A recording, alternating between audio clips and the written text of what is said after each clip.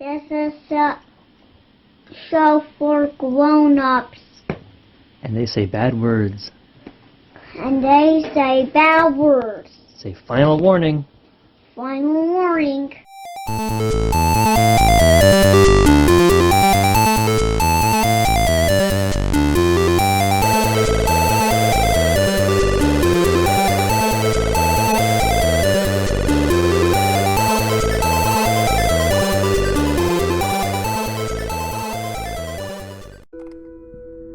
The sound of the marshmonger's drum-like steps echo as they grow closer. And Delandril, the cleric, closes her eyes. The blue circle on her forehead of her mask glows brighter, and suddenly you see before you the fields around, dead, lifeless. Swarms of wooden men throw themselves against the force field, dying in numbers too great to count. But still, onward they march. Suddenly, the battlefield grows quiet. A tremendous shadow washes over everything as the marshmonger stares out from the cliff's edge, laying eyes on his quarry for the first time. His branches and boughs are teeming with people, ready to follow him into battle. He lifts his face to the sky and shouts, and the sound is impossibly loud. The metal around you groans, and the image flickers. The monger marches forth. Hello and welcome to the Pot of Blunders. I'm your host, Nate Magnuski, and with me, as always, is my co-host, Richard Sullivan. Hey, guys. And returning, of course, we have Gary Medeiros. Hello, everybody. And Jenna, the Hammer Magnuski. Yo. What are we doing today? I think we're going to mercifully end this campaign. Woo! Put it to bed! Hey, Richard, we've been teasing these people long enough. They're about to nut. We've edged them for the last 5 months. So we left off last time. Of course, everyone's going to re-listen to our second episode so they don't have to hear this, but you guys were talking to Elandril. The forces of the manga were outside marshalling. Richard had woken up a whole bunch of sleepers, stopping them from contributing to the... Rescued them. Rescued. Fair enough. And they were kind of milling about. And Elandril was like, there's still time, I think. You have to make a choice if you're going to help me or you're going to help the monger. Cory, you listened to the last episode. What did we do? So we had the option to try and close the portal or just let the god out and duke it out. I don't know if it was just one god or multiple. They said gods. Like, that was the thing. Like, Yeah. She's trying to bring back the gods that were severed. Yep, So, she was trying to open a portal to that other world.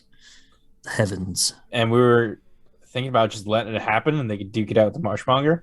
So you're all right now standing in the hallway. There's a door that leads to the central area where the tower goes up to where the machine is, where all the blue stuff, all the sentience is being collected, right? Kippen is there. Elandril is there. And things are about to pop off. So what are you guys doing? Well, as much as I don't like the Marshmonger, I really don't want, ancient Cthulian gods coming to destroy our planet. Aw, come on. Yeah, I know. I'm a buzzkill. Buzzkill. These bug jokes doing anything for you? They're hit and miss. I want to close the portal or destroy the portal machine. Yeah. And if we can kill the Marshmonger, we can get two birds stoned at the same time. I love it. So Elandril turns to Kippen and said, there's still a way. You need to shut down the generator that's powering the force field. And Kippen goes, of course. And Elandril looks at you and takes a step back from you into the doorway and slams the door. So is Captain still with us? Sure. Kippen's with you, and she starts walking down the hall. Can I fire a warning shot past her? Absolutely. And just say, you need to work with us? This is insane. So you fire the arrow down the hall. It clacks off one of the walls, and she stops, and she turns to you, and she says, don't do this. There's still a chance that this isn't all for nothing, despite his fucking doing. And she points to Merrick. What'd I do? You woke everyone up. You destroyed the fucking pipes. What do you think? What do you mean, what did you do? Oh, yeah. That. You are brainwashed. You must work with us to stop these. Brainwash. I know what I want. I know what I'm here for. And now I actually can still contribute despite everything. Don't tell me what I want. I know what I want. And this is our chance. And she turns her back on you again. Do we want to just let her turn off the generator and then the Marshmonger's here? Yeah. And then he helps attack the building? I That's what mean, we we want never is mass really destruction. decided what we want to do, nor did we discuss it as a group. So, like, I could be like, yeah, open that portal, and you could be like, no, don't open that portal, and we haven't actually made any decision here. Jenna, what would you be like? Well, I believe. I thought we were going to watch the two of them destroy each other. Hive for hive. So let her open the force field, right? Well, my character doesn't have a problem with that.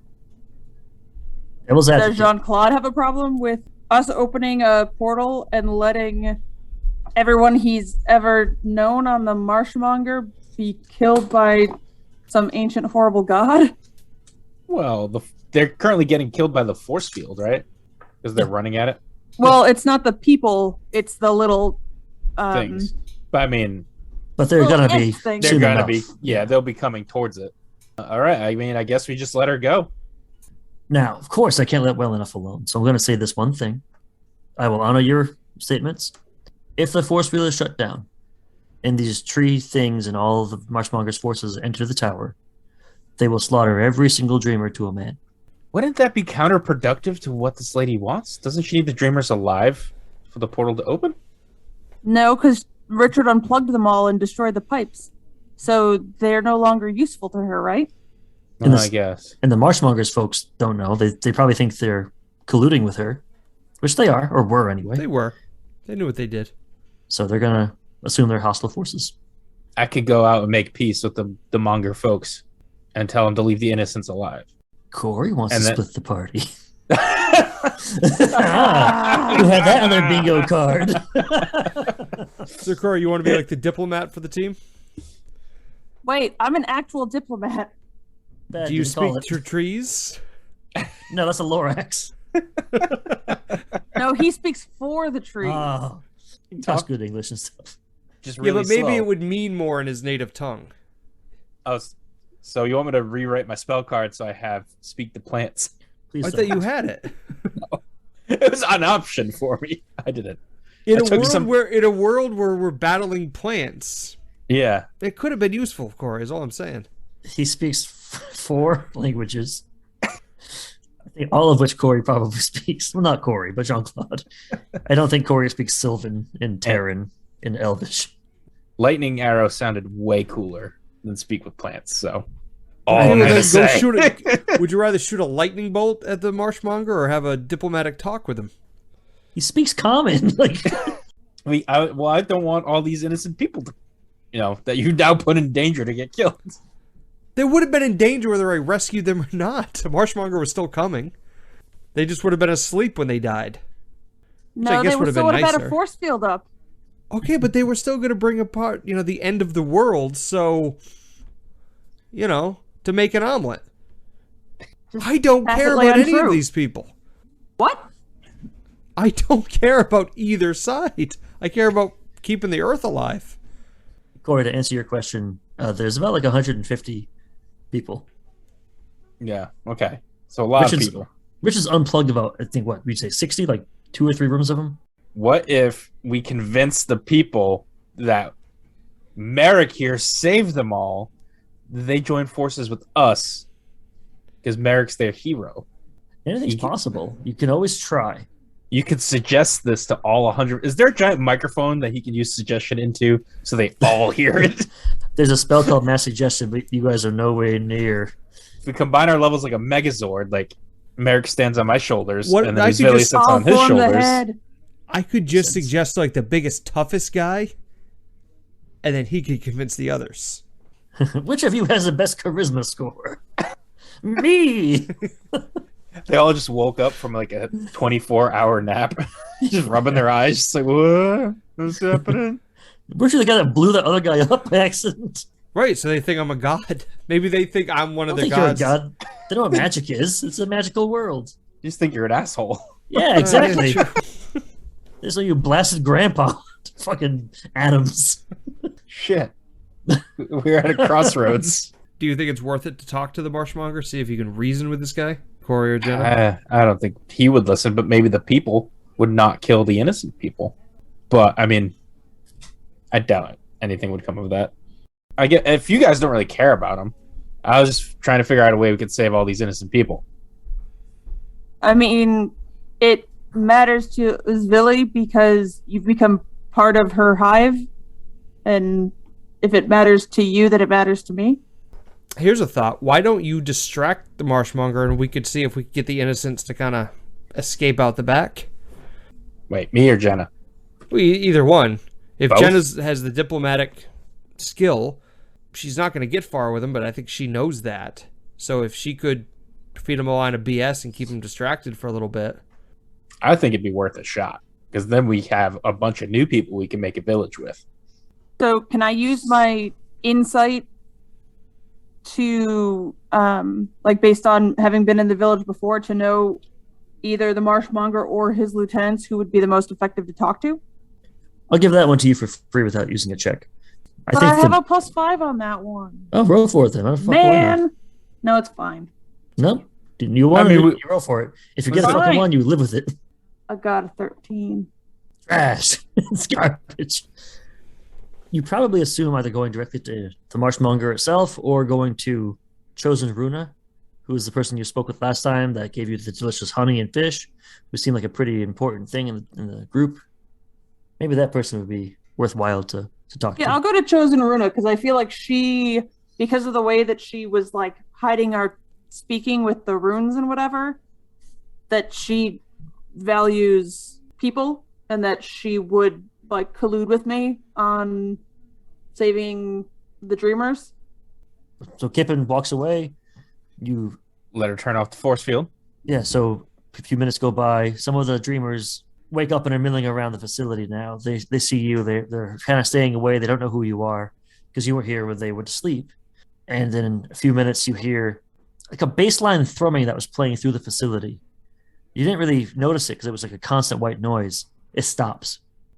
And immediately you can hear from outside clacking of sticks, essentially, as the wooden people that you were fighting earlier rush towards the building.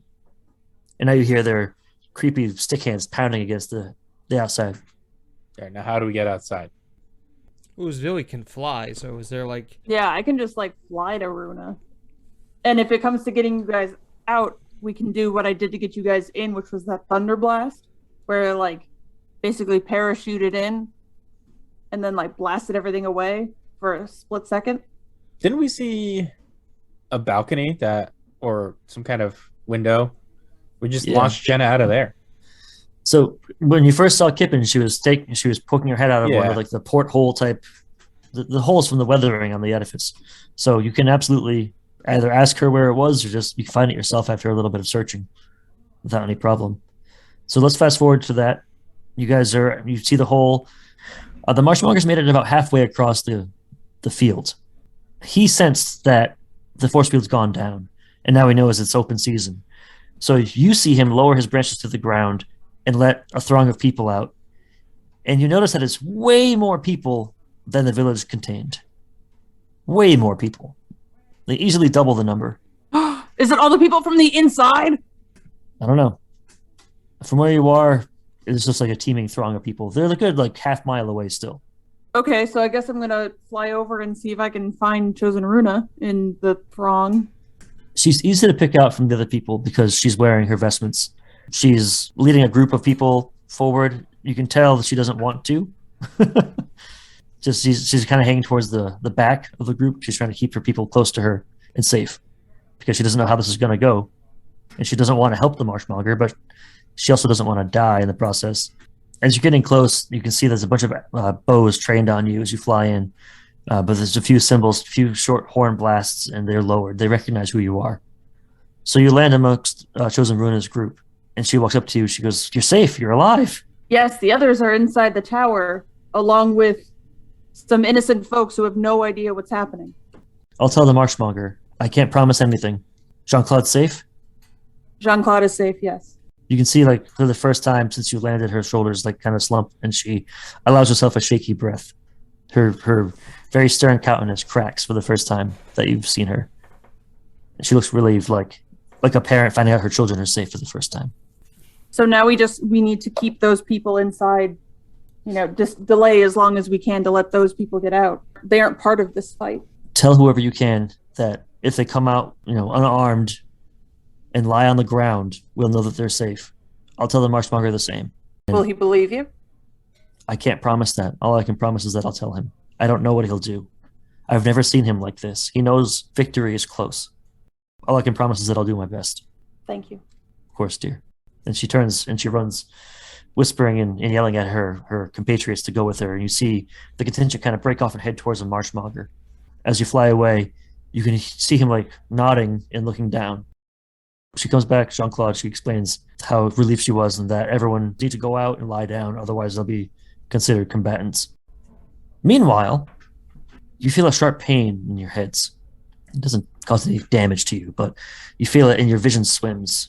You hear a large metal grinding sound. And you see, once again, you're looking out through the battlefield as if you're seeing this from like a bird's perspective. And there's certain holes in the side of the edifice that are opening up, like apertures, and they're streaming out. Remember the metal things, the metal robot zombie things that Merrick fought last game? Mm. There's dozens of those spilling out. And they're all wearing the same medical robes that the Dreamers were wearing. And they're fighting with the tree people. Are the robots made from old Dreamers? That would be a good assumption. You have no way of knowing that's true or not, but that would be a fantastic assumption given the evidence at hand. So maybe if a Dreamer dies, they get too old to contribute, they are repurposed to be a security force. The Marshmonger and this lady are the exact same thing. I have to destroy this tower.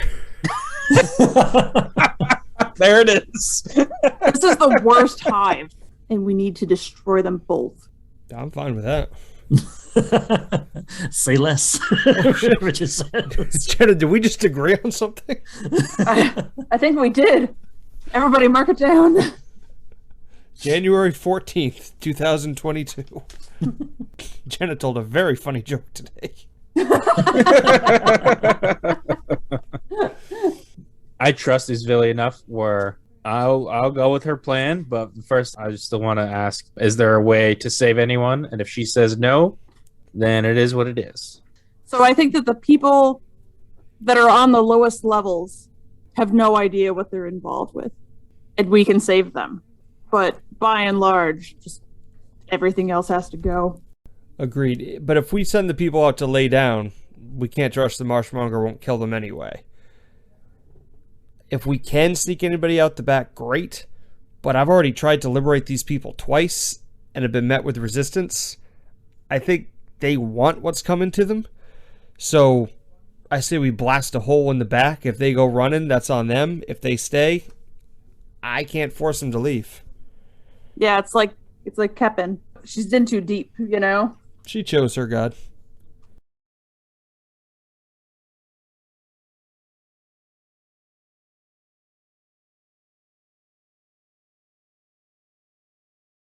I don't know how we blast. Does we have any abilities that we could use to blow open a back door? You got hands. They can open the door. Please. Is there a back door? Or is it just a front door? Girl. There's always a back door. I have flaming spear. Can I melt a hole in the side of the metal building thing? There's just doors. Just open the door. Okay. Yeah. I mean, if you wanted to be cool, you'd be like, oh yeah, you can blow stuff, but don't waste a spell slot. Open the door. Boot open a door and tell people get the fuck out if you want. All right, so now all the people that Richard has woken up, Merrick has woken up, are milling around, and they're looking to you for answers like, what's happening? Why are we awake? What the hell is all that noise? This is no longer a safe place. Go out the back door. Get as far away as you can. What about the others that are still asleep? There is no time to save them. But by waking them up, would I also not stop the power source of the building? They still have whatever they gathered over the past however many years it's been, because they store the power. Like a big battery, right? Like a big old battery. You can assume. You wouldn't know there- this, but hey, I told you for free. You're welcome. Is there a vat of blue somewhere that we can smash? Jenna, this is what I've been wanting all along. I just want to smash the vat. That's I all just I wanna need. smash- I know, all the baby. I've doors. just been stringing you along. So what do we do? So I say we split the party. Of course you do. I will wake up the remaining people because I'm pretty good at it at this point. Offer them the chance to leave, and I will allow Uzvili to go down and destroy the battery. Yes, I'm gonna punch a vat. Off mic and not recording wise, I'm going to say, how about you tell the other dreamers that before they leave, they're going to wake up their buds? That way you don't have to split the party and waste time with the most boring thing of you just wandering around waking up 100 people. Okay. Yeah, that could work. All right, now one of you say that so we can edit that out. I had a totally original idea, all on my own. I can't wait to hear it. What if instead what I said? Don't say that. Why don't I just tell the dreamers that are already awake to go wake up their buddies? We call them awakers now. Fine, all the woke people. We might be the worst D&D players of all time. Players, no. Characters.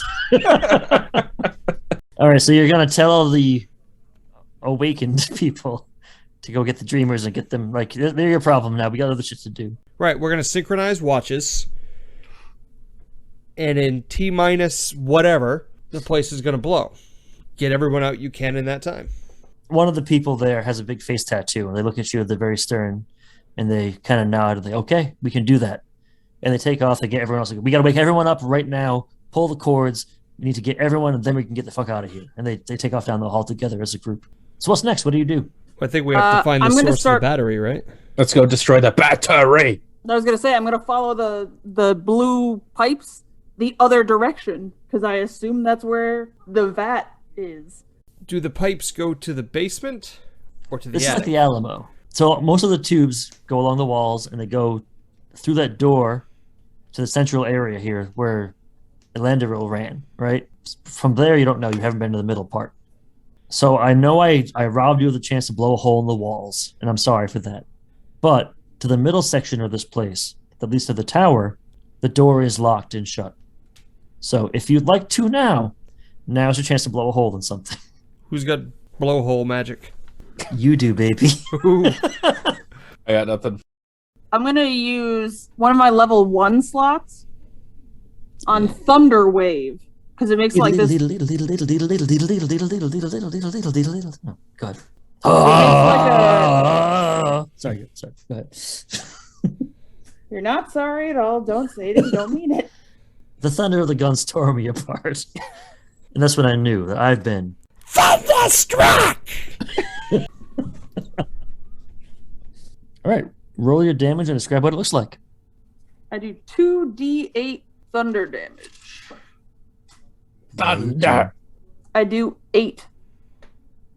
And then the force of the wave of it Mhm. also pushes. If it was a creature, it would push the creature 10 feet. How much damage does it do? I'm sorry. 8. Yeah, the fucking thunder thing is awesome, and it blows the door to shit. And the door goes wham into the back of the room, and now you have a clear entrance to the middle. The tubes are letting this creepy hospital white room up as they carry.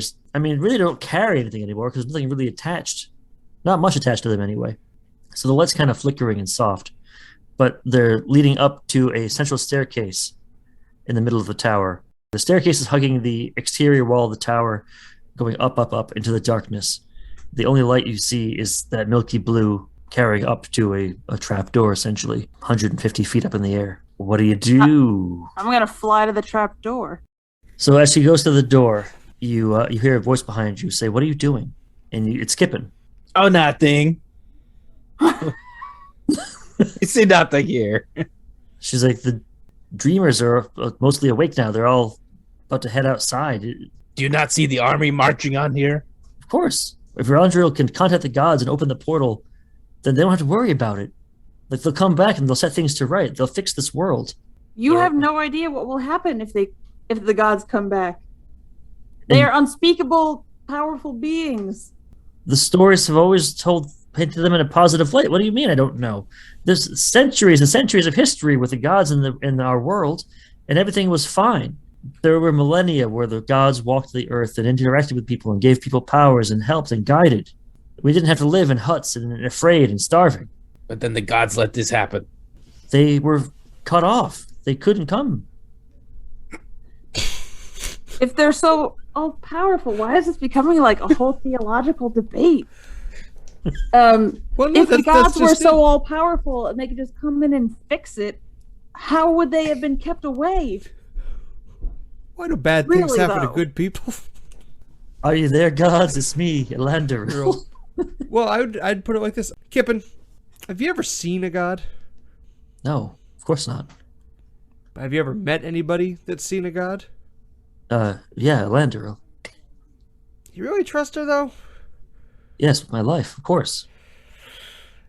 You don't think there's maybe a possibility she could benefit by cooking up this whole story of gods and selling it to you so you all people would just do whatever she wants and harvest all this power? So what do you think she's doing with the power? She's going to open up a hole to kill the earth off? How would she benefit from that? How do I you don't know know. she's using it to open anything? What's she going to do, bathe in it? I don't know. She's harvesting a whole lot of energy, though. Listen, you don't get as far in life in the career that I have without being able to read people in situations. And I know in my heart of heart that she's doing the right thing.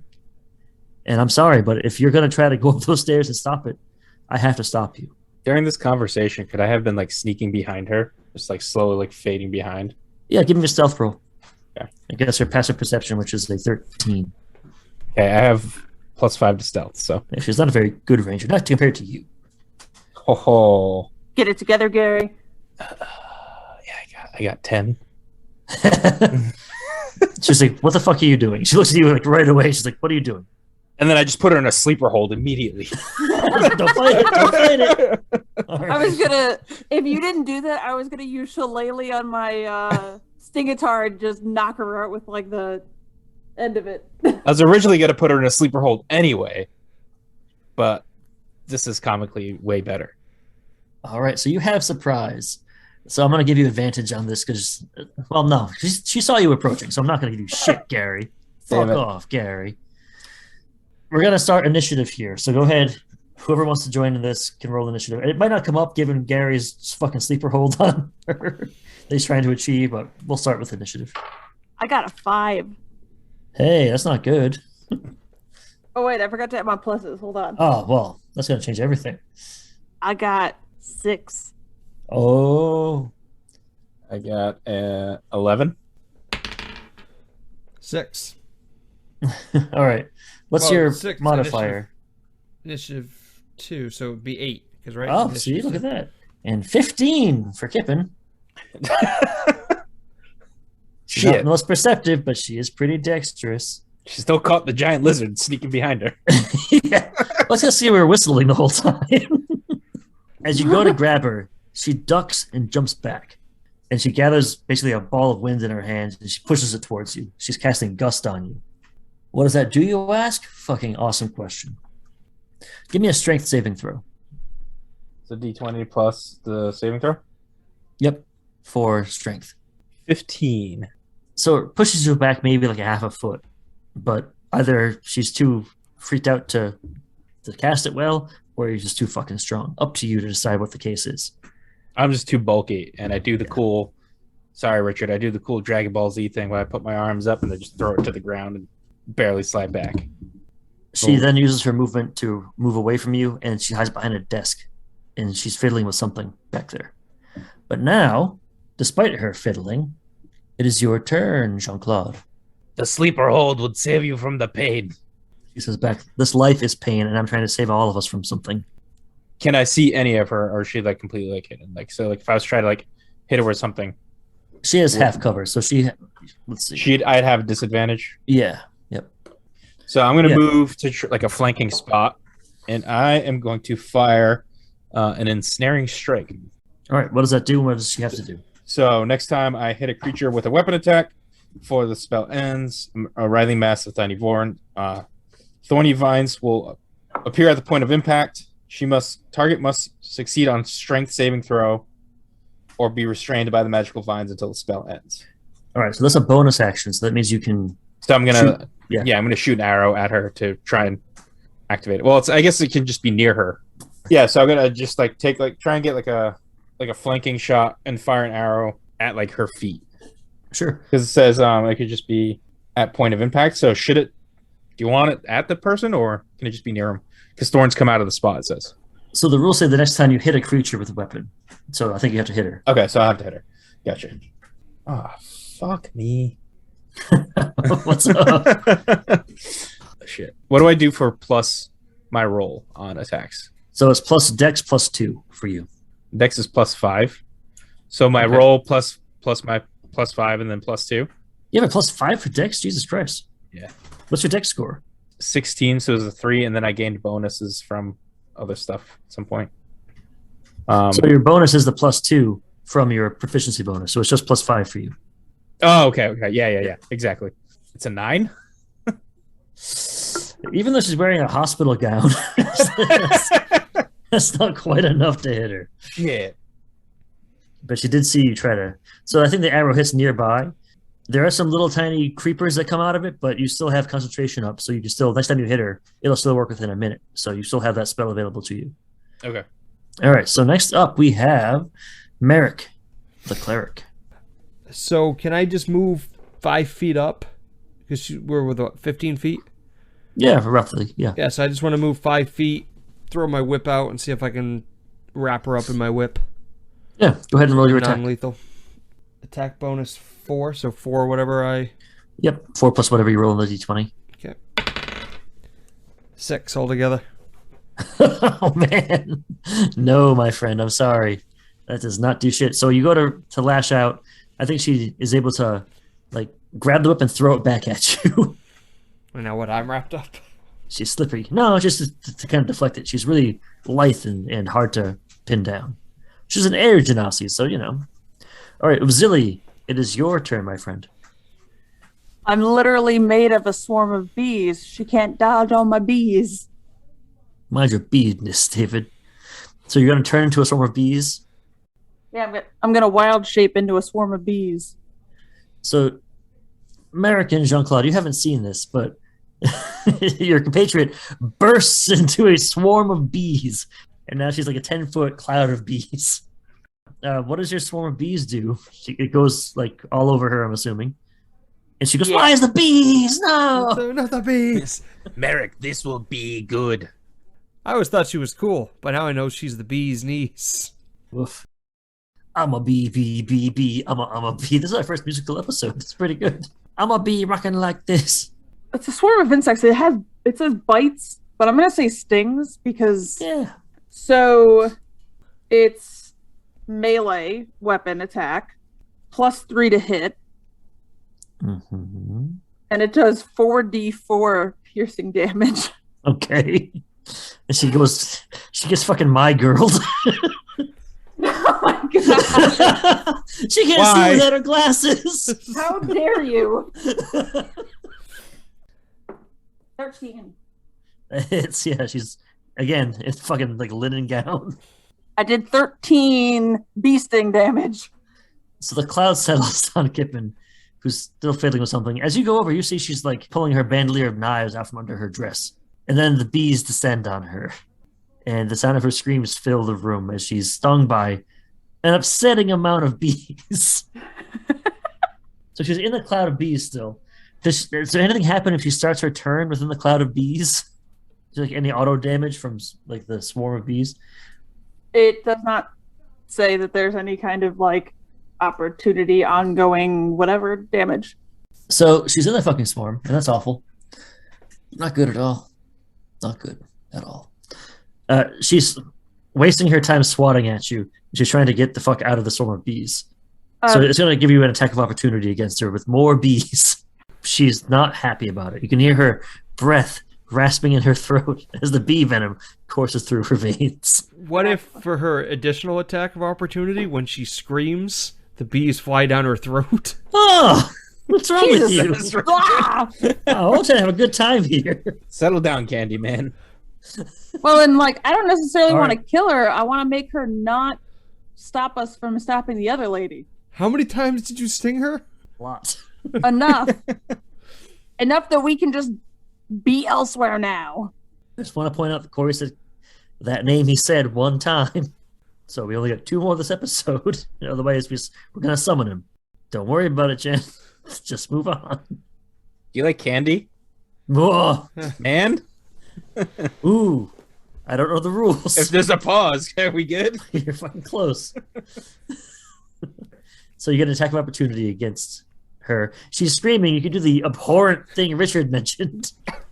No, again, I want to disable her so that we can Oh, she's disabled. break them back. Disabled for life. So I don't care. I don't want to keep hitting her. I want to go up into the Her parents are going gonna have to spoon feed her for the rest of her life, thanks to you, monster. She's trying to mouth the words EpiPen to you. Yeah, So- no, I'm not doing that. I'm using my action to reform into Zilly. Okay, so you form back into yourself. What are you doing now? You got to like bash her in the head or something? No, I don't feel the need to continue fighting her because I want to get to Elandril? Yeah. Yeah. She's nearly dead from bee stings. Let me put it that way. It's her turn now, and she's So going are to you just... saying that given running. that she's because I would know that she's nearly dead from bee stings, would it be like a mercy move to kill her at this point?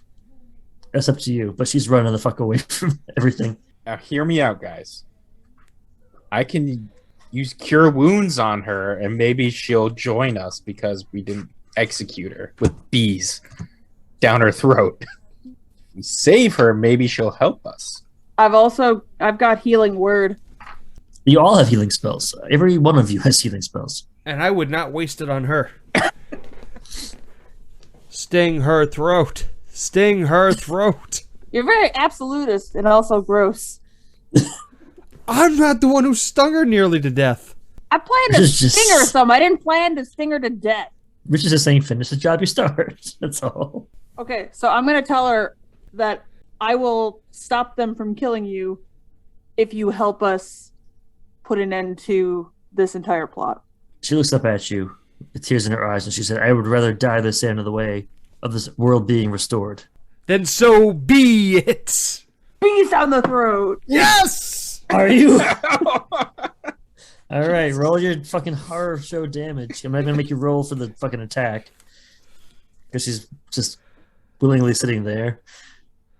Oh, but it needs to be horrible. Like, bees need to, like, go down her throat. And then, like, Come out of her nose. butthole! Right? She's Jesus a real Christ. bee. Jesus Christ.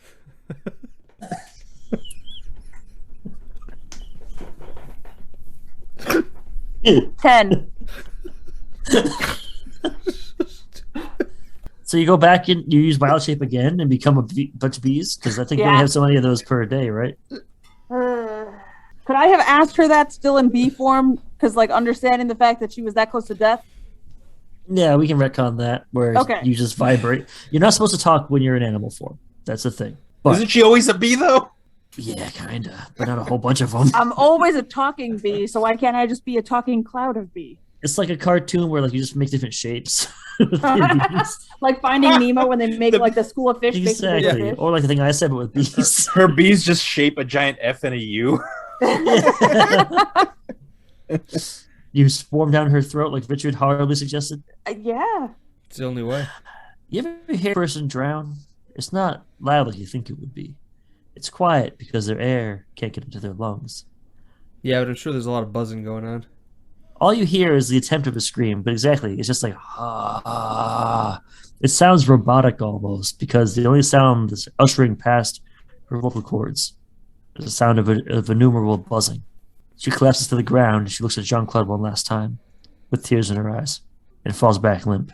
Should have accepted the sleeper hold. I Gentlemen, try to close her anyway. eyelids, but there are bees like stuck in her eyes. I can't Ah, quite. stop it. They're too swollen to shut. As soon as Kippen dies, you feel this thrumming of energy that seems as the last person to follow Elandril right before the plane was about to kick off. She was given some kind of prominence and treated special. She was of value to Elandril beyond just another dreamer. And the loss Elandril felt. The energy seeps into you, and suddenly you're back looking out over the world again. You see the armies clashing. You see Chosen Runa at the Marshmonger's feet talking to him, screaming at him waving her hands. And he's not listening. He's marching forward. And with him are the throng of people. Richard, you notice that the people, remember I said that there's far more people here than there were people in the village? Yes. The majority of the rest of them are look like the undead, with their faces destroyed. And they're charging forward. You also notice all along the Marshmonger's legs are these screaming faces in pain, in so much pain. Screaming, I don't know if they're excited for the battle, trying to make it stop. Just that's all I can express now because they're broken people. Jean-Claude, you recognize one of the faces on them. It's Chosen Gellin from the joining. Her normally placid and kind face is just a twisted wreck of unutterable pain. And all the while, the fight continues. The construct zombies from the edifice here, from the building that you're in now, have streamed out.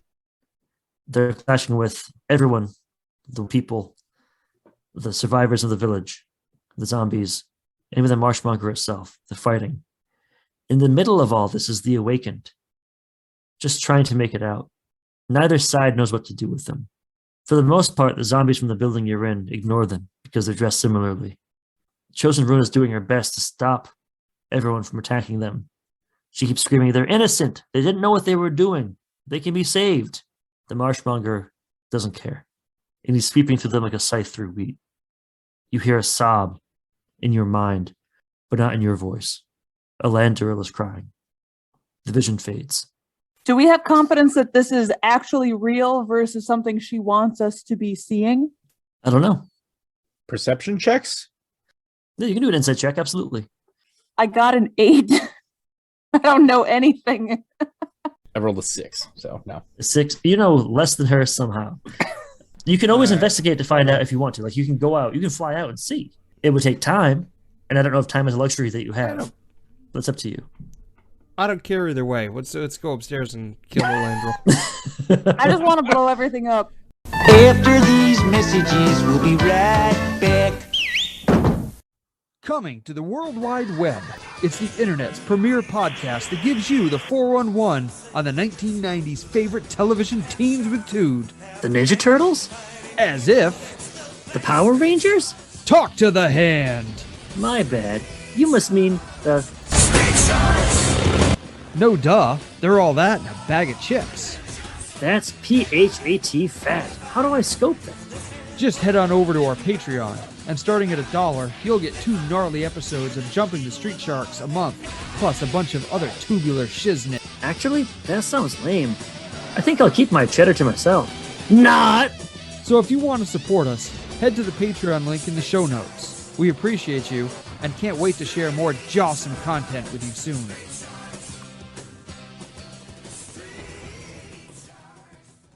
So the stairs up in the tower that circle 100 and some odd feet to the trapdoor, they're metal, like a lighthouse, exactly like a lighthouse stair. And after you're about 30 or 40 feet up, what's the marching order here? Who's in charge, or who's in front, who's taking point, all that fun stuff? I'll run up first because I want to get revenge for my girl that we just had to murder with bees, and then all the people that I know being slaughtered outside. I'll be behind him. And I'll be in the rear. I know you would. Jean-Claude, I think you noticed this first. There's a few non-blue lights flickering at the top of the stairs. There's too many to be eyes that you could think. Like, there's not, I don't know, there's just a lot of red lights blinking up there. And as you slowly creep forward, you realize that they are, in fact, too many eyes. Can I do some kind of check to see what this is? Yeah. What do you want? Perception? Yeah, that works. Oh, baby, let's go. 22. Holy shit. I got a All 24. I can't Alright, see hold on a anything. second. Jenna's butt's in the way. Oh. You mean my Stupid. stinger? Oh, fuck you up. Her behind. These look like spiders is the closest thing you can attribute them to, but they're not organic. They're made of metal. There's 4 of them, and they're scaling down the walls towards you. Let me go to my spells. All right. I'm going to try this. I'm just going to blow my load on these guys. They're robots, you said. Don't say right? that. They're Yeah. robots, right? Okay. I did say that. I didn't say anything about blowing loads. So I'm gonna- I did How say many that. robots? 4 robots. Are they kind of clustered together? If you promise to never say you're gonna blow your load on these guys again, they are like stacked up. No promises, but okay. I'm gonna start this off with a lightning arrow shot. If it hits or misses, things happen. Oh, So- cool. Let's roll initiative, but you get to start before everybody else. Okay. Okay. That seems fair to me. 11 for my initiative. The rest of you, what do you get? 8. 9. All right, I'm gonna take a shot with lightning arrow. That's a 12 for my attack. It fucking hits. Hey! Robots are trash. All right, so make attack roll as normal. The target takes 4d8 lightning damage on a hit, and then Jesus. whether you hit or miss, each creature within 10 feet of the target must make a dex saving throw, and then more stuff happens. So I guess we'll do the 4d8 damage first. Yeah. So we got 19. Damage? The thing is no more. It is Just evaporates. yeah. So I like to imagine that you pull the bow back, everyone's looking at you fire a normal arrow, and then for a split second, there's like a little blue crackling at the tip. It shoots out like a blue dash. It makes a line of light through the air. It hits the first robot, and the robot just fucking like is a blink and it's gone. It's just completely gone. It's like in cartoons when it's just like the black spot on the wall. Exactly. Where so- it's gone. The other 3 have to make dexterity saves. Yep. So they need to make a dex saving throw. All right, what's their target? Should be your spell save DC, I think. It is 13. Okay, so the first one fails. Second one makes it. Third one makes it too. So the first one is the only one that failed. Okay, so each of these creatures takes 2d8 lightning damage on a failed save, and the ones that survive take half of that. Okay, so roll your damage all at once, and we'll just do it out from there. So we got 7. 7. All right. So the lightning cracks across. It's like when you cast chain lightning in a WoW, and it goes Yeah. to the other nerds. This is how that works. It just bounces off to the other spidery robot. Yeah. So I'm gonna say we'll round up. 4 damage to the other 2. Number 2, the one that was right behind the one you murdered so coldly, looks very worse for the wear. Like it's just not quite working. Half its legs are damaged, and it's like sliding down the wall towards you, fairly out of control. Some springs are poking out of the top. Yeah, it's not a good look for it. But now it's the robot's turn. So the one that's falling is just going to jump at you, Jean-Claude. It's going to try to tackle your face with its last fucking gasp.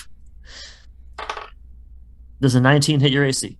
So my AC says 14/16. I'm guessing 16 is if I have a shield up. Yeah.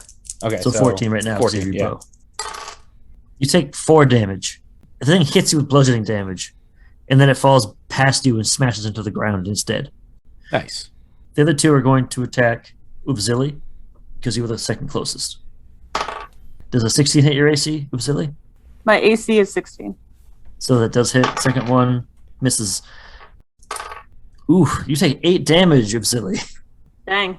Give me a Constitution save. The DC is 11. 21. All right. As it hits you, you feel something dig into you. It's like almost like something's been injected into you, and you feel exhausted. You feel completely just wiped out, but you're able to stay awake. Merrick, it's your turn, my friend. There's one of the things smashed on the ground. Dead. One of them is on Uzili, stabbing her with the thing, and the other one is in the distance still, like making its way towards all y'all. Yeah, I don't want to waste any of my good spells. Especially not a Newsvilly. It's just clawing at her face. Yeah, it's on like her chest, and it stabbed her in the thorax. Just hit it like you got a golf club. Swing away. Yeah. Well, I don't. But I'll go up and try to garrote it with my whip. To make your attack roll against it. So it's a D20, right? Yeah, plus 4, I think you said, right? For my attack bonus. Yep. Yeah, I think you said it was 4 for the whip. So 9. That's not enough. That's not enough. It misses entirely. But now it notices you, and it's wondering if it doesn't know if it incapacitated Ubzili yet or not, so it might turn its attention to you now because you're trying to strangle it. Uzili, it's your turn now. You have a thing on you, and Merrick failed to strangle it. I'm gonna cast Shillelagh on my Stingatar and just try to stab it back. You're going to try to stab at yourself. So if you miss... Yeah, it's not gonna go great. She's probably immune to her own stinging. I mean, after her own stabbing, like, just because I own a knife doesn't mean I can't stab myself with it. I got a 17. That'll hit. Absolutely. Do your damage. And with that spell, instead of rolling a d6, I roll a d8. 7 damage. It's very dead. Describe how you kill this thing. I'm going to swing my arm around like it's in a C shape toward myself, and then just like pull through like a slicing motion. The magic kind of separates this metal carapace and it just cuts it right in half. And it falls harmlessly to the ground.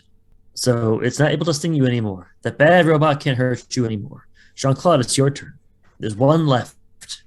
And it's keeping a safe distance. It seems to be the smartest of the robots. Is it still on the wall, or? Yeah, yep. I guess I'll just fire another shot at it. God damn it. Just a How'd you complete do? whiff. +5. I got a 7. Unfortunately, that misses. So I think you had the bead on it. You had it ready in your sights. The You let it bead. go. And bead. Something hits the tower. And the whole thing groans and shifts to the side. Your arrow goes way past it and sticks into the ceiling. I respect it. And now it's the robot's turn. Ooh. So 21 against you, Jean-Claude. Fuck, that hits. All right, so you take... Come on, dice. You take 6 damage and give me a Constitution save. Dirty 20. Dirty 20, you make it. So you get hit with a dart, essentially. It fires a dart at you. It hits in your arm, and you feel like some kind of cold liquid go into you. And you feel it's like your arm go limp. But you're able to stay awake. You're Can able I to fight rip it past out? it. Yeah. All Merrick. right, so I still take the 6 damage, though, right? Oh, hell yeah, you do. Okay. All right, Merrick. It's on to you.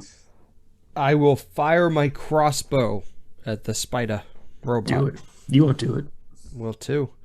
4 plus 19, so 23. Yeah, that'll do it. All right, And so damage is a D8 plus 2. yeah, I think you're gonna make it probably. You might roll like badly. It might be okay. You might get another shot at you guys. So D8 plus 2 is 7. Okay, not so much. I shoot it right between the 8 eyes. And its head blows up and springs and gears and smoke flies everywhere. Do you have a cool one-liner? It's just been revoked. That's my go-to. That's my go-to. You won't be climbing the water spout again. Did you see this with your 8 eyes? Ooh. What a tangled web we weave. I think I've just ended the arachnid war. Didn't love that one. It's a thinker. Yeah, no, that's one that I play on CNN. You solved my sleepy spider's mystery. So the tower now is yours to ascend. Should probably heal first. Merrick's fine. Merrick takes no I'm good. damage. I'm at 9 health out of... Hey, whose problem is that? I can use Cure Wounds on myself. A creature you touch, can that be me? I'm a creature. You don't want anybody else. When you think about you, you touch yourself. Says, Cure Light Wounds is 1d8 plus your spell attack modifier? plus your spellcasting ability modifier, yeah. The ability modifier. Yeah.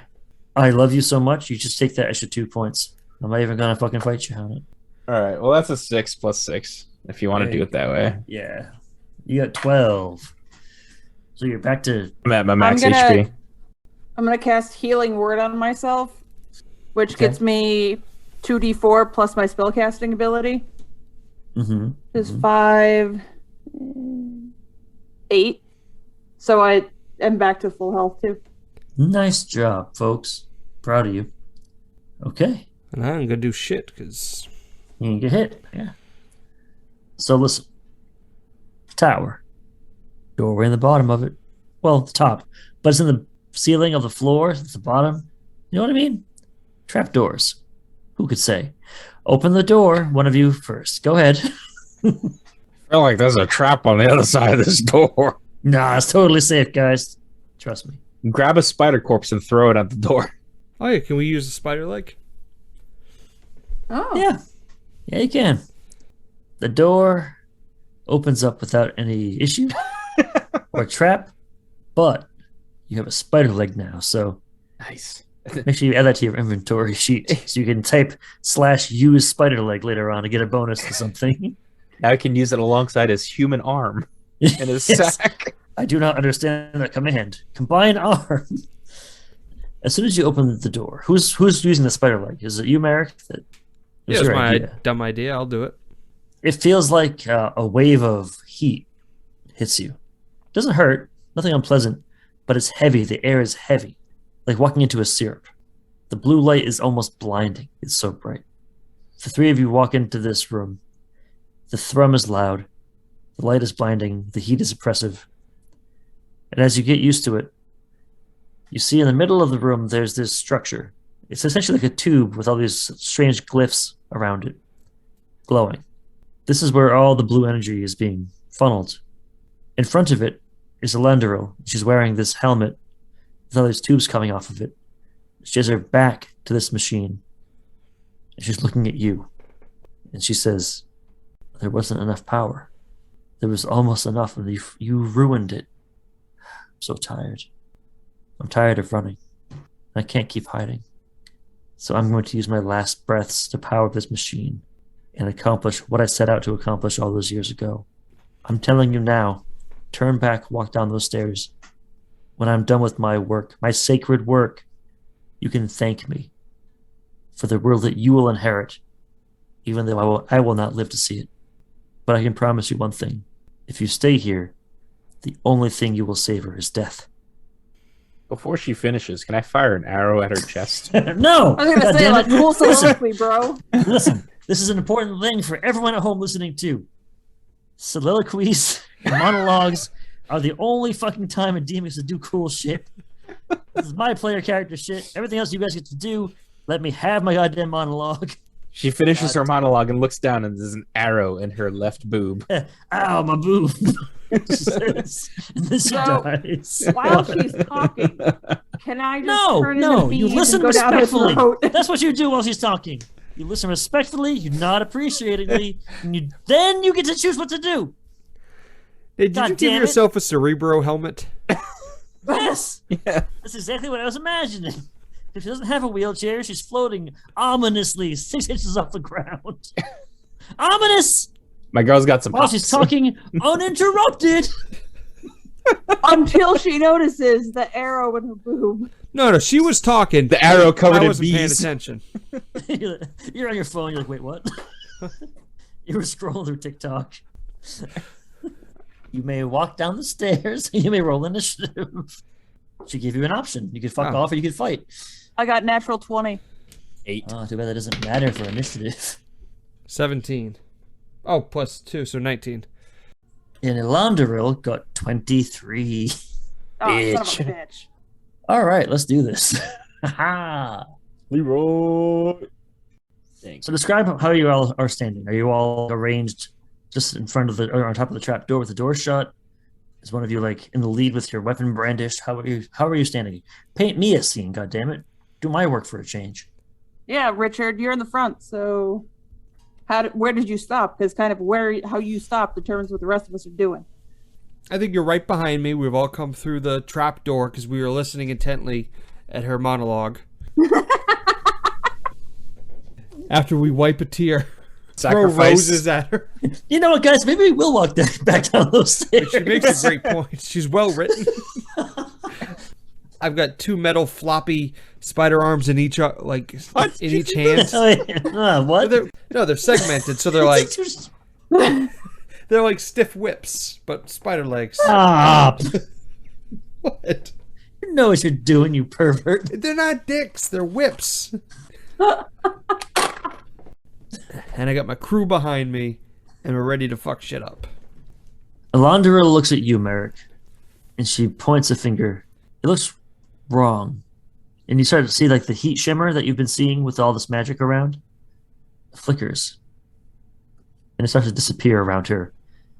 And despite her white mask with a blue circle on her forehead, she looks like a corpse, just a desiccated corpse. And she points one of her bony fingers at you and she says, "Leave." And I want you to give me wisdom saving throw, please. All right, my wisdom is a +5 You might be okay. You might be okay on this one. to a 7, so 12. You feel an urge to leave the room, and you have to. See you guys. He just turns and he starts walking down the hall. Nope, down I'm the gonna put my hand out, and I'm going to say, these corrupted hives have consumed your clan member. One of the zombies of the Marshmonger had the tattoo. Turn around and end it, Merrick. Yeah, but didn't she have like special powers? All right, I'm gonna read you the text of this. Let me know how you interpret it. Can I, with that, overcome? Like that somehow? cinematically, that would make sense. Yeah, I think it does. But you speak a one-word command to a creature you can see within range. The target must succeed on a wisdom saving throw or follow the command on its next turn. So you hear these words and you're like, I have to leave anyway. You make it 10 feet down the stairs. And then you start feeling like, I don't know what your impression of these people that you were chasing across half the world was. Because we never established that you wanted to rescue them. You wanted to find out what happened to them, but never why. Maybe this makes you realize that these are important people to you. No, And maybe I'm just really mad at this lady. That's fair too. And you're like, oh, this lady though. Oh, I'm not a fan of this one though. So as you wake it down, you're like, you take one final step, your foot hits that step, and you're like, I will go no further. Uvzili, it's your turn. I'm going to use my Stingatar to cut the tubes. You're going to try. Yes. So moving into her range, not attacking her is going to trigger an attack of opportunity from her, as the tubes are attached to her head. Well, yeah, but can I fly up where she can't hit me? I think I described her as floating ominously 6 inches above the ground. Yeah, I can still fly above her head. She has Fly arms that higher. move up. She has shoulders that function. Like, I don't know what you like. To get close enough for a melee attack is a 5-foot distance. She's gonna stab at Fine. you. All right, so you want her to do an attack of opportunity? I guess. She has claws. They're cool claws too. Does 25 hit your AC? Yeah. Thought it might. All right. You take 11 damage as you fly up to her.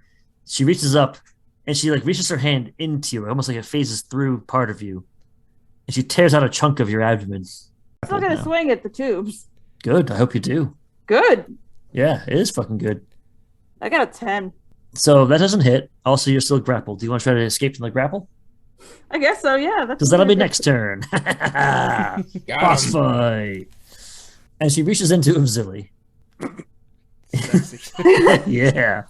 The circle on her forehead flares, and you're all treated to another terrible vision. So outside, the people of the village, you see Jean-Claude, the woman you first saw when you entered the village, the one that was taking care of the children. Yes. The cute one that ran over was all excited to see him? Yeah. That's the child. The You're child talking about was. the woman taking care of her, right? Yeah, Take care of her. exactly. Yeah. The woman who got yelled at by Runa for not doing her tasks. Mm-hmm. She has essentially a big stick in her hand, and she's running into the fight. She is completely just out of her mind, dedicated to the Marshmonger, and she wants to fight. Her facial expression is one of just absolute zealotry, and you can see it mirrored. All of you can see it mirrored in the faces of the others around her, and she gets struck down. It's not even an intentional heroic death. She just gets hit in the side of the head, and she falls, and she's dead. That's it.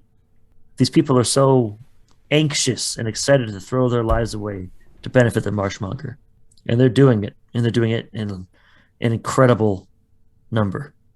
Just death upon death upon death. All right, and now it is Merrick's turn. So you're 15 feet down the stairs or so. This lady told me what to do, and I hate that. First, I'm going to turn around and say, you know what? Nobody tells Merrick what to do. In fact, I'm going to tell you what to do. How do you like it? I'm going to use my spell of suggestion. Okay, go ahead and give her your 2 sentences. take off the helmet. What about and destroy it so she can't put it back on? Takes it off and just immediately puts it back on. Oh, yeah, that's true. Fuck you. Fine. Yeah. Take off the helmet and destroy it. She looks you dead in the eyes through her mask, and she laughs. She says, "What do you think you are to me? You come in here with all this bluster and this loudness and this, quote unquote, strength of will, and you just think you can sit here and tell me what's." I'm going to enjoy your death the most. You should have left when I told you. And it's Jean-Claude's turn. So she got out of this how? She rolled a 17. I'm just gonna fire a shot at the. There's like a circle in the middle of the helmet, right? Yeah, there is. That's probably the off switch. Oh, yeah. So like in a video game, there's the blinking. Once you get down to half hit points, yeah, it'll open up and it'll show. Or if I hit it with enough damage right now, it's gonna open up. Fuck it, let's do it. And then she just start flashing red like it's Metroid. +5. That's 23. That'll fucking hit. Let's fucking go. Let's go. 1d8. All right. Oh, 7 + 3. Piercing. Damn. So it hits her full in the mask, and her mask falls away. So I want all of you to give me will saves. Fuck. Her face shifts constantly, and it looks like people you've known in your life. It looks like your loved ones. Is it will mean save or wisdom? wisdom save? God damn it! 4th edition. It's a wisdom save. It's a wisdom save. It's always been a wisdom save. It will always be a wisdom save. I got a 14. Honey, wait, Okay. he's doing the cool thing about the faces. But all the faces are wicked gross.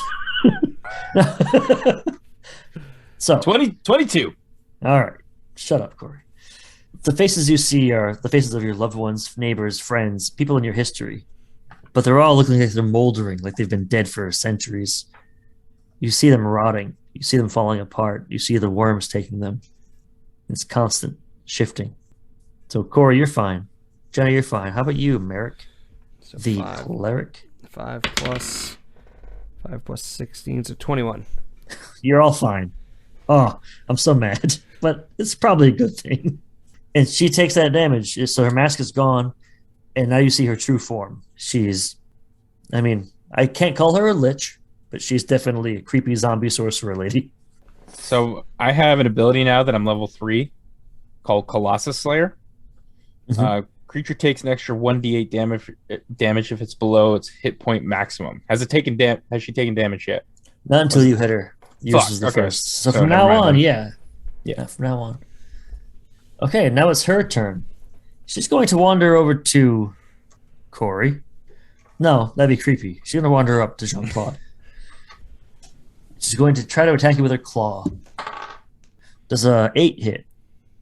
No. Well, I have bad news for you. She also has a bite attack. Does a 24 hit? Yes. Well, it might. Oh, that's not bad. You made it all right. You take 8 damage. Okay. She has to ungrapple Ubzili to go attack you with this. So, Her mask is off, but is the helmet still on? And are the tubes still connected? the helmet's still on. I'm gonna try to slash the tubes again. 19. That'll fucking do it, yeah. Okay. So it does 6 damage. I'm going to let her take that damage too. So your scimitar slices through the tubes. It sprays the blue goo everywhere. And she shouts, like, wasn't it enough? Did I put enough in? I'll kill you. This is everything I wanted. And next time, come around, she's gonna try to kill you. Yeah, that sounds right. Yeah, but right now she has Jean-Claude grappled. But it's Merrick's turn now. It's not important at the moment. The area that she's grabbing this energy from, or no, that she's pumping the energy into. Yeah.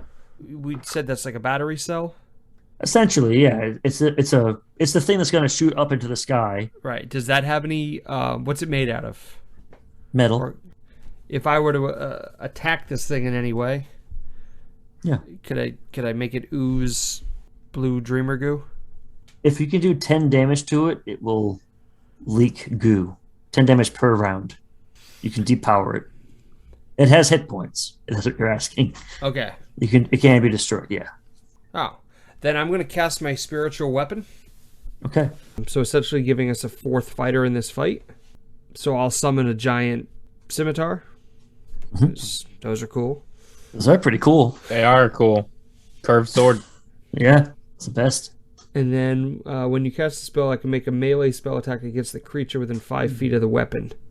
Yeah, so you summon it right next to her.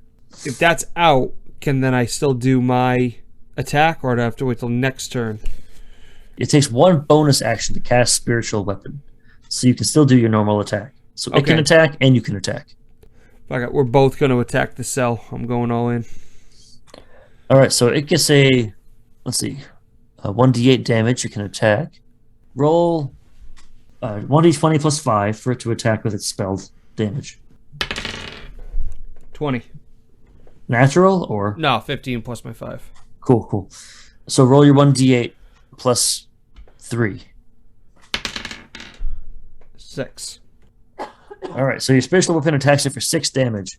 You see some of the glyphs on the outside of this tube just get sliced in half. It makes a big dent in the metal. So now it's your turn.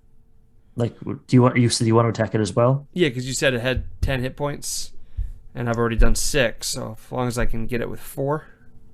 So then it will lose some for this round. It won't be totally destroyed, but it will lose some of the goop for this round. Well, my point is I don't want her to fill it. So if it's slowly leaking from the bottom, she'll never be able to fill it. Right.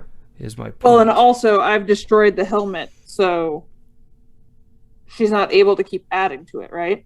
Not through the helmet. I guess all I can do is shoot the weakened piece of metal with my crossbow. Yeah, go for it. Okay. So roll your attack. So I think it's plus 5 again, right? For your crossbow, is it plus 4? plus 4. Yeah. 19. Yeah, that very much hits. Yeah, good job. And then, So it's 1d8 plus 2. so 8. Oof. So the thing sinks right into the exact spot you're aiming for. It hits that weakened spot, punctures a hole in it. The force of the liquid inside pushes the bolt back out, and it sprays out under like intense pressure. And you hear her scream, "No! No!" And now it's Jean-Claude's turn. Jean-Claude, you are grappled by her. She has a claw on you. Instead Yes. of trying to break out of it, can I use my breath? Absolutely, you can. What does his breath do?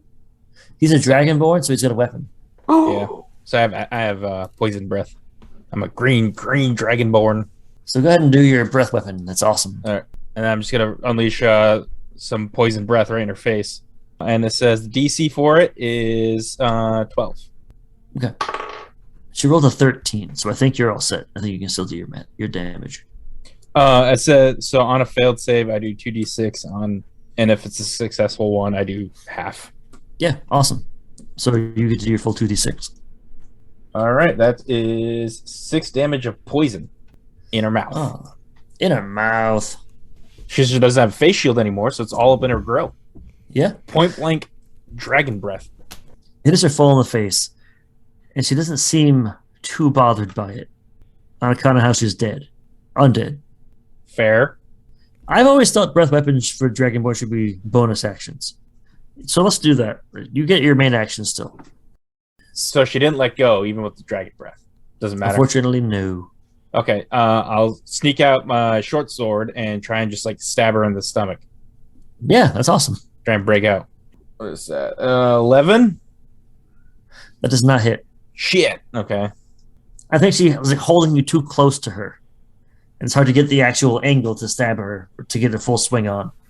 And even worse for you, my friend, because you are starting your turn restrained by her, you take, 1d4 plus 3. So take 4 damage, psychic damage if that matters.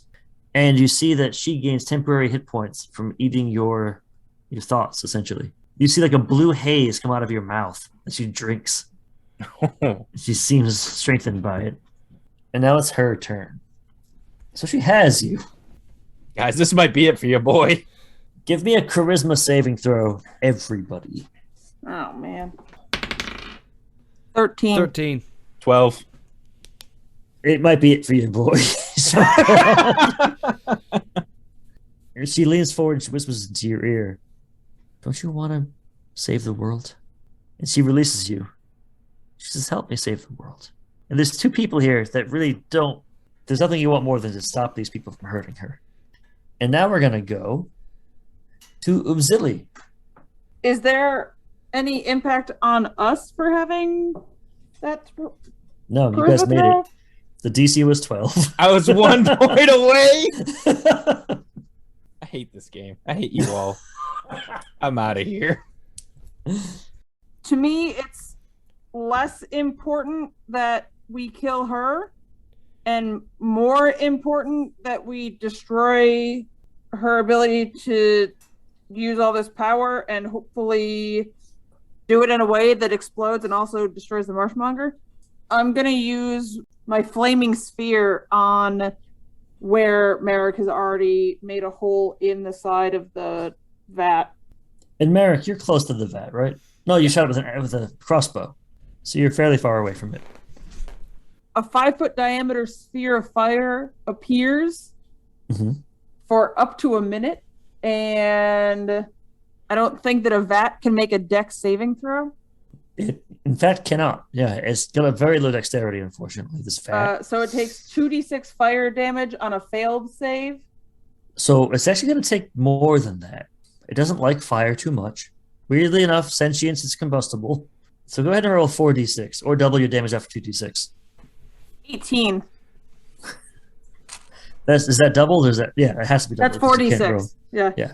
The room goes white. You see so before this, a ball of flame rolls towards this, casually, like a walking speed. You see Elandra go, no! And that's all she gets out before the room goes absolutely white. Next thing you know, you hear a as your vision slowly returns. And you have a full view of the sky and the surrounding area. Everyone give me a dexterity saving throw. You better hope that it's high. God. 10. Oh, no. 14. All right, that's not bad. 4. Oh, are we all gonna die? You lucky punks. This was 3d12 damage. I rolled, so in total, 20 damage to the ones that failed the roll. So that was Richard rolled a 10 and Jenna rolled a 4. You each take 20 damage. Jean-Claude, you take half. I take 10. Yeah. All right, I'm dead. dead. I got 4 left. You're not dead. You might be down past 0, but you're not dead. You're dying. I'm not going to sugarcoat it for you. So do we go to negatives? No, yours is It's 0. just 0? Okay. Yeah. Even on a success, it takes half. God. Yeah, damn. yeah. So, Merrick, you're the one that's standing still. The fucking roof is gone. The walls are gone. Your friends are down and covered in, essentially burning blue napalm. Elandril is down as well. And you're able to kind of survey around yourself. I think I checked to see if Elendril's dead. She's not moving. As near as you can tell, it's not that she has a pulse. She seems pretty well defeated. Did this explosion take out the monger? No. Then I guess I got a marshmonger to kill. Oh, no. You just leave us for dead and go charge right towards him. You're not much good to me. You've used all your spells. You're at 0 HP. And I'm still pretty sure you're brainwashed by that lady. I feel like that explosion would wipe out the brainwashing. I fucked shit up, Richard. I know. I couldn't be more proud of you. And I will honor your death. By burning the Marshmonger. Yeah. Listen, I'm not saying I'm making it out of this anyway, but... Am I still on fire? We both are. Just covered Richard, in throw me napalm. into the tree. if only somebody could summon water. No, I don't want you to put me out. I want you to throw me into the Marshmonger so I can burn him down. I don't think your little bee body is going to burn down a giant tree man. He's too distracted by his rage. He won't notice until it's too late. Spread to too many branches. And besides, you can throw Cory too. He's also on fire. Cory and Jenna, you see an unfamiliar landscape in front of you. It looks like it's a village of elves and a clearing in a forest. In the middle of this is a tree. It's a willow tree. It's very strong, very tall, very proud. And there's a kind face staring out of it. The time doesn't really work out. It's not like in a minute is a minute here. Time is going strangely. There's a huge sound. The sky goes dark and is filled with odd shapes, these horrors descending on the world. People are screaming. People are running scared. And there's one person, one elf in this village, who stands up and marshals his forces. And they seal the village and the tree in this giant bubble of this blue lucidity, the same blue substance you've seen. And these creatures from beyond that came from the sky, they can't pierce it. And for a while, things are calm. Months go by, maybe years, you can't tell. People are safe, but they're starting to split into factions. Resources have to be managed. People go hungry. Never starving, but never full either. There's a young girl in front of you, and she steals food from the pantry, which, of course, everyone knows is a crime punishable by death. Things have to be rationed. People cannot take things, but she has a good reason. She wants to make an offering to the gods to welcome them back. The angry faces around her don't accept this reason as just or valid, and they're going to hang her. They're going to hang this little girl from the tree. The tree won't accept that. The tree understands now what it has to do, because it strikes someone down who's walking with this little girl to hang her. Strikes him down, and his blood splashes against his roots, and the tree absorbs some of the thought, some of the soul, and becomes more than he was. He knows he can keep them safe here, if they'll just listen to him and follow what he wants them to do, what he knows is right. The tree knows what's best for the village, and they have to follow. And he will protect this little girl. The little girl's very thankful for being saved, of course. Who wouldn't be? But there's something else there. There's something calling to her, something driving her to reach out to the gods still. She knows she can. They're not lost. They're waiting. They're waiting for someone to have the conviction and the courage and the ability to reach out. And that's what she does, despite this tree counseling her not to. She does. She harnesses the power within herself. She reaches out, and it destroys the bubble protecting the village. And it almost kills her, too. In an instant, the fiends and the horrors that were beyond the stars swarm into the village, kill everybody, except for the marshmonger and the little girl, who they didn't care about because she is dead. She died, but not in a meaningful way, because she still lived on beyond that, beyond death. The marshmonger, as you may have guessed who this tree is, and this girl, Elandril, they understand one another in that moment. The marshmonger will forever do what he needs to do to protect humanity and to stop her from reaching out to the gods that she so desperately wants to contact. And you see this take place over centuries. It's a game of cat and mouse. The marshmonger pursuing Elandril, trying to stop her, finding where she is, destroying her setup, her escaping and moving on to the next thing, to try again and again and again. You see the years pass, and the marshmonger grows more powerful, and Elandril grows more confident that what she's doing is correct. And that's where we are today.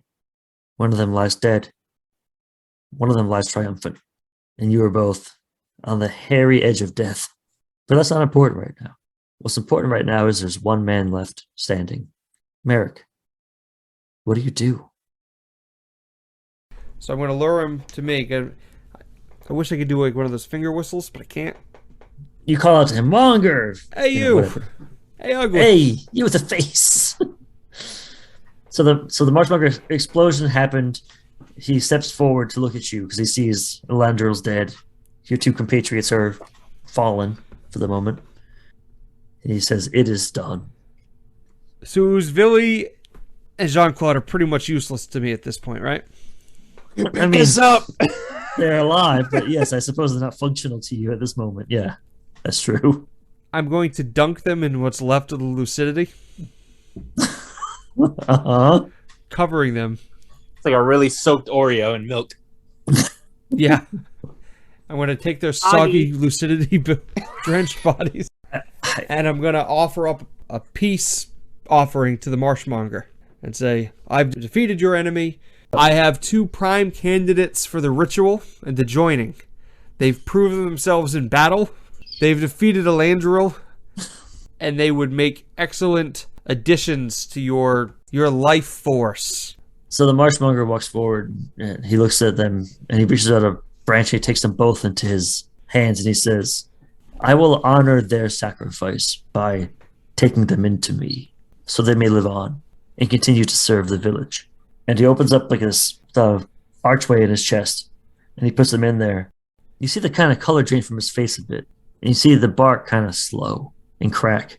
And he says, what? I know this. I've tasted this once before. And you can see almost like this look on his face that looks like he's afraid, and then it resolves almost instantly to calm. And he says, my mission is complete.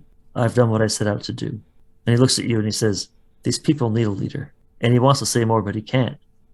He's turned stiff, and he is nothing more now than a giant tree in a dry field. And slowly, the land around him turns green and spreads out. He's put down roots finally, and the Marshmonger will not move again. A year has passed. What does the world look like now for you, Merrick? I think I sit on my throne of trees. So I think I'm being like fed grapes by like the chosen. I think I'm overseeing, and I think I step over like a rock or something so I can oversee my people. And instead of like living in a tree, I think I've created a village. It's thriving. There are roads, transportation, sanitation. Things are going well.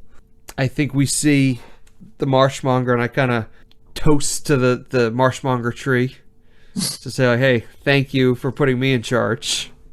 We see 2 tiny acorns fall for the Marshmonger's tree limbs. They slowly float down. Because, you know. As acorns are wont to do. Just floating. Like the feather in Forrest Gump, you know? Yeah. We see the acorns slowly pop open, and we see little dragon wings come out of the other, and little bee wings fly out of the other, and they fly off into the distance. So dumb. Credits. Into 5.5 edition D&D. That's why it's a happy ending. They get to live in the end. They get to be reborn. No, they did.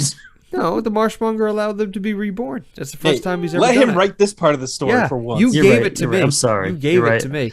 I gave you the balls to do with what you want. You shat on it and threw it into the woods, but it's up to you. That's a happy ending. Chinese I'm a bar. benevolent ruler, and you guys get to be reborn in my image. What's wrong with that? He's a rich Roman who's getting fed by other people, making them do all the work, and I've just pictured we're like dead. like a clockwork No, you're orange alive exit. again. I made you alive again. Can't you be happy? He gave you life, goddammit. No. I gave you Oh. another 20 years on this earth. All right, folks. Well, Richard has brought us to a close on our D&D 5th edition campaign. Thank you all for playing, and I'm sorry. I don't think anyone would have predicted this ending, by the way. No, because I appreciate good storytelling. I think that's a satisfying conclusion. I've become king, and I let my friends live. You let us. I just love that you were like, I'm not going to sacrifice myself. I will whip these assholes into the mouth of that motherfucker. Hopefully they all die. Knowing that I would... Well, there's a perfectly fine corpse on the side of us. They had 3 death saving throws available to them, and you were like, actually, fuck them motherfuckers. And you had what? You had a 2nd level spell and 3 1st level spell slots and a healing word prepared. Well, it doesn't matter because what's done is done. And we are mercifully released from the clutches of D&D 5th edition. I've been Nate Magnuski. Thank you, Jean-Claude Francois Harold. Thank you, Ubzili, rest of your name. And thank you, Merrick D. Cleric. For the Pot of Blunders, may all your Ds be 12s. If you want to support the Pot of Blunders, please consider heading to our Patreon page, patreon.com/potofblunders, all one word. We've got membership levels ranging from $1 to $10 a month, which will get you access to things like our Discord, exclusive episodes of Jumping the Street Sharks, as well as a variety of other perks. You can also support the show and help us bring more attention to amazing indie authors by leaving a review on Apple Podcasts. We really appreciate any help you can give. We love hearing from you. You can always find us on Twitter at Pot of Blunders, and you can also reach us via email at potofblunders@gmail.com. Want more reviews, interviews, actual plays? Head to potofblunders.com and learn about even more amazing indie games. Thanks for listening. For the Pot of Blunders, I'm Nate Magnuski, and as always, may all your Ds be 12s.